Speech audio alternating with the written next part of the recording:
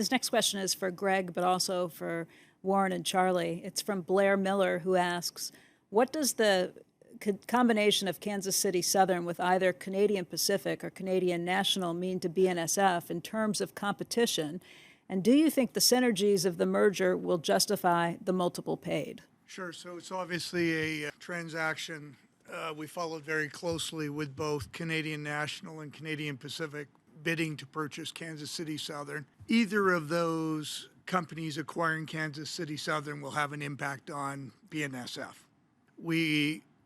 What they're basically proposing is to create a north-south railway that goes from Canada into Mexico. We do have a strong presence in Mexico, not as strong as some of our competition, but we would feel competition there. So we'll follow that transaction very closely. As it goes before the Surface Transportation Board, the standard that will be applied is that competition has to be protected or enhanced. So that's our opportunity to protect our franchise on behalf of our customers. So we move intermodal business both in and out of there on behalf of certain customers. We'll want to protect the rights of our customers there. So we'll be active in the approval process, but there's no question in the end it impacts our franchise. Warren?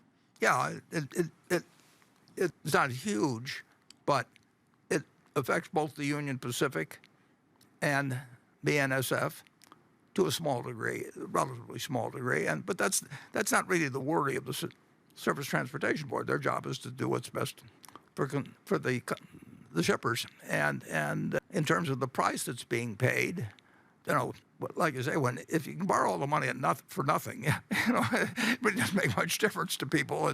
And this would not be being paid under a different interest rate environment. I mean, it's very simple, but it would make. There's no magic to the Kansas City Southern. It's got I think their deal with Mexico ends in 2047, and that it's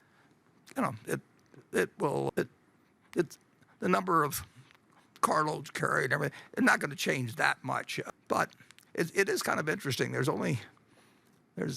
two major Canadian what they call Class 1 railroads, and there's 5 in the United States, and this will result, in essentially 3 of the units being Canadian, 4 being U.S., which is not the way you normally think of the way the development of the railroad system would work in the United States. But it's, we've talked about it plenty, and CP or either Canadian Pacific or Canadian National is very likely to get it. I think the Surface Transportation Board voted for it didn't they, the other day? Didn't get.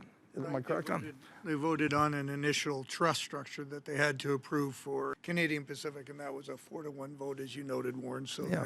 They're moving forward with the evaluation of it. Yeah, and normally railroad deals are very long, take a long time for them to evaluate. But in this case, I think they have two opposing trust proposals, and in effect, by if they make a quick decision on which trust proposal that they allow, I don't say you allow 2 proposals exactly. So it may be a very accelerated decision. I don't know, but it's up to the Surface Transportation Board to do what's best for what their obligation is to the country to do. There was a follow-up question on that. Do you Sure. think the valuation that they're paying is worth it? Well, we in a very, very mild way. I mean, everybody's contemplated making deals with different railroads, ever since I've been in the railroad business. So, we've talked about it. When CP, when was Hunter Harrison or came after, was it Hunter that did on CP that kind of led the way? And we looked at buying CP. I mean, everybody looks at everything, and we would not pay this price, and it implies a price for BNSF that's even higher than what the UP is selling for. But, it's kind of play money to some degree. I mean, when interest rates are this low, and I'm sure from the standpoint of both CP and CN, there's only one KC Southern, and they're not going to get a chance to expand it. They're not going to buy us, by the UP, and the juices flow, and the prices go up. And they're buying with somebody else's money.